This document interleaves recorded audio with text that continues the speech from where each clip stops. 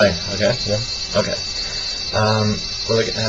So my talk is about something I call the worldwide mind, and it's an idea essentially to do with the Animat approach of how do we actually scale up all of this work. So what I'm proposing really is something that perhaps is not too surprising, that as the whole field of AI/Animat scales up, eventually we need to specialize. And if we specialize, then we need to build collaborative systems. So the question is how. So in the past it was AI, traditional AI, if you like, came up with this problem, and so some people did vision and some people did planning, but they never came together. And the vision people do their thing, the language people do their thing, and collaborative systems tend not to get built. And so instead what gets built is a sort of application that does something useful. But if we still have the sort of goal of building an all-round intelligence, which really is, I guess, one of the things that drives the Animat field, then we don't want to do that. If we're going to specialize in things, that we want to keep coming together and building whole systems out of them to try out different combinations of parts. The one thing, for example, is I'm not proposing any way of dividing up the work, any way of decentralizing an Animat's mind at all.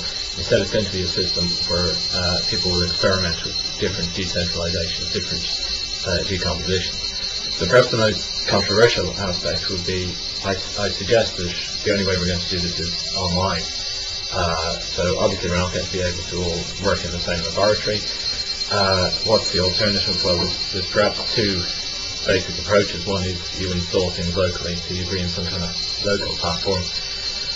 The other, which is what I'm suggesting, is that you actually run things remotely, that you don't install local things. So it's based on things that work on the internet of remote reuse as opposed to local installation. So we'll see if that works. In a sense, we know sort of technologically this can be done. We already have various minds and problem worlds online. But the issue is how useful it's going to be in the Animat world. So we haven't done a public release yet of the spec, but that's going to happen by the end of this year. So there's a site w2mind.org and then essentially we release the spec, and then other people go and write worlds for the mind to act in. So these could be sort of virtual worlds, or they could possibly even be an interface to a physical robot. And then other people write minds, and third parties, in fact anybody on the internet with a computer, can then play around with running these minds in these worlds with different parameters, constructing sort of societies of minds out of other people's minds, and there's no bar to entry at all.